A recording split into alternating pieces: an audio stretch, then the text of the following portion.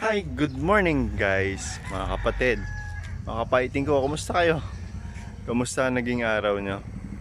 Sa akin, masasabi kong okay lang. Medyo, parang ganun, hindi ko sure eh. Pero, kailangan natin maging masigla. Ayun na yung araw, lumabas na. Alas 8 na rin kasi. Late na rin siya kung lumabas. Pero sasamantalayin ko yan kasi nandiyan siya eh. So paano? Tara, maglalakad na tayo.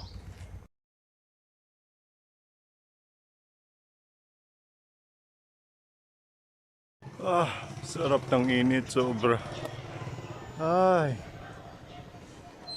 kaya pa yan. Alas 8 pa lang naman eh.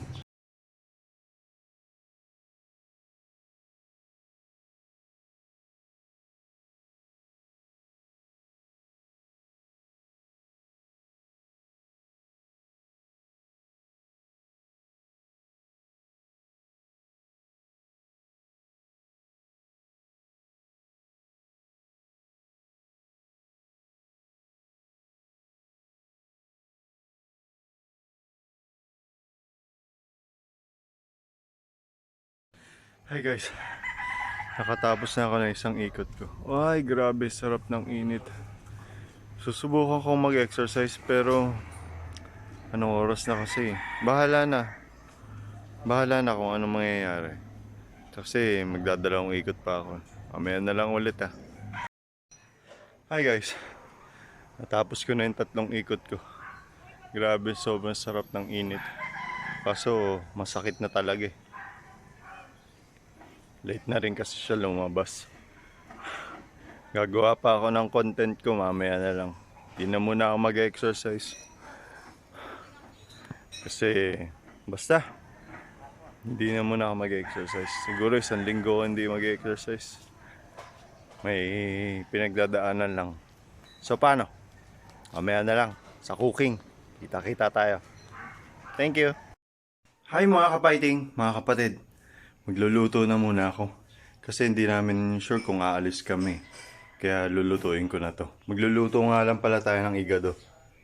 Yan. Inayos na lahat to ni tita. Saglit lang to kasi lomo yung gagamitin. So paano? Mamaya na lang ulit ah. Habang ginagawa ko yan, gagawa na rin ako ng content para mamayang hapon.